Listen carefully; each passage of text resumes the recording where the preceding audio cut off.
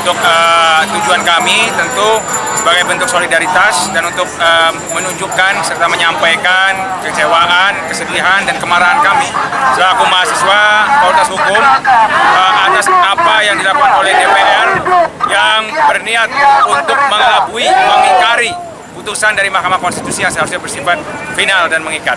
Nah, dari UGM sendiri ada berapa orang nih yang dibawa ke sini? Jadi di sini kami perwakilan dari Dewan Mahasiswa Justisia Fakultas Hukum Universitas Gadjah Mada. Kami berenam di sini dan sisanya teman-teman kami sejumlah kurang lebih 300 orang melakukan aksi yang sama di Yogyakarta, Mas. Apa aja yang akan dibawa pada hari ini? Untuk poin-poin tuntutan dan juga sikap kami sebagai kelembagaan sudah kami rilis di media sosial. Mungkin saya izin membacakan. Yang pertama, kami menghormati dan mengapresiasi putusan Mahkamah Konstitusi Republik Indonesia nomor 60/PU 22 tahun 2024 dan putusan MK nomor 70/PU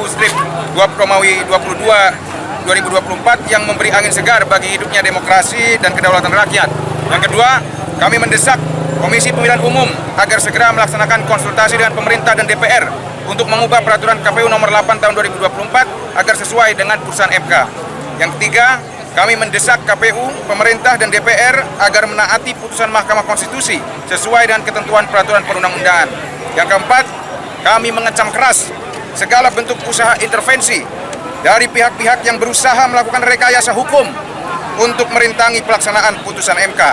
Dan kami mengajak seluruh pihak, masuk para pejuang demokrasi, mahasiswa, dan masyarakat sipil untuk bersama-sama mengawal pelaksanaan pemilihan kepala daerah 2024 agar berjalan secara luber jurdil demi tegaknya demokrasi dan kedaulatan rakyat. Bagaimana nanti sikapnya ketika tuntutan itu nggak digubris sama anggota dewan?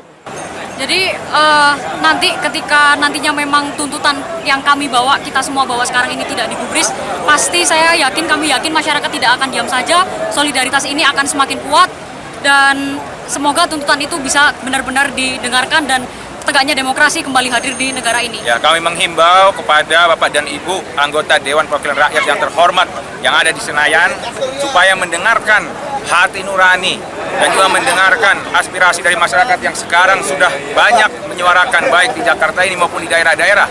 Termasuk saya dengar ada juga di Semarang tadi, ada juga di Yogyakarta.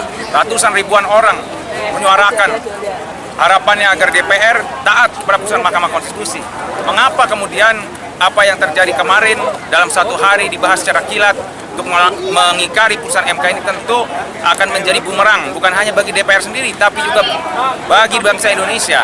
Karena kalau DPR sebagai representasi rakyat tidak lagi merepresentasikan suara rakyat, maka yang terjadi adalah chaos. Maka rakyat akan menyuarakan suaranya di jalan dan kita tentu tidak mau terjadi kerusuhan, apalagi hal-hal yang tidak diinginkan hanya karena nafsu kekuasaan yang mengingkari konstitusi.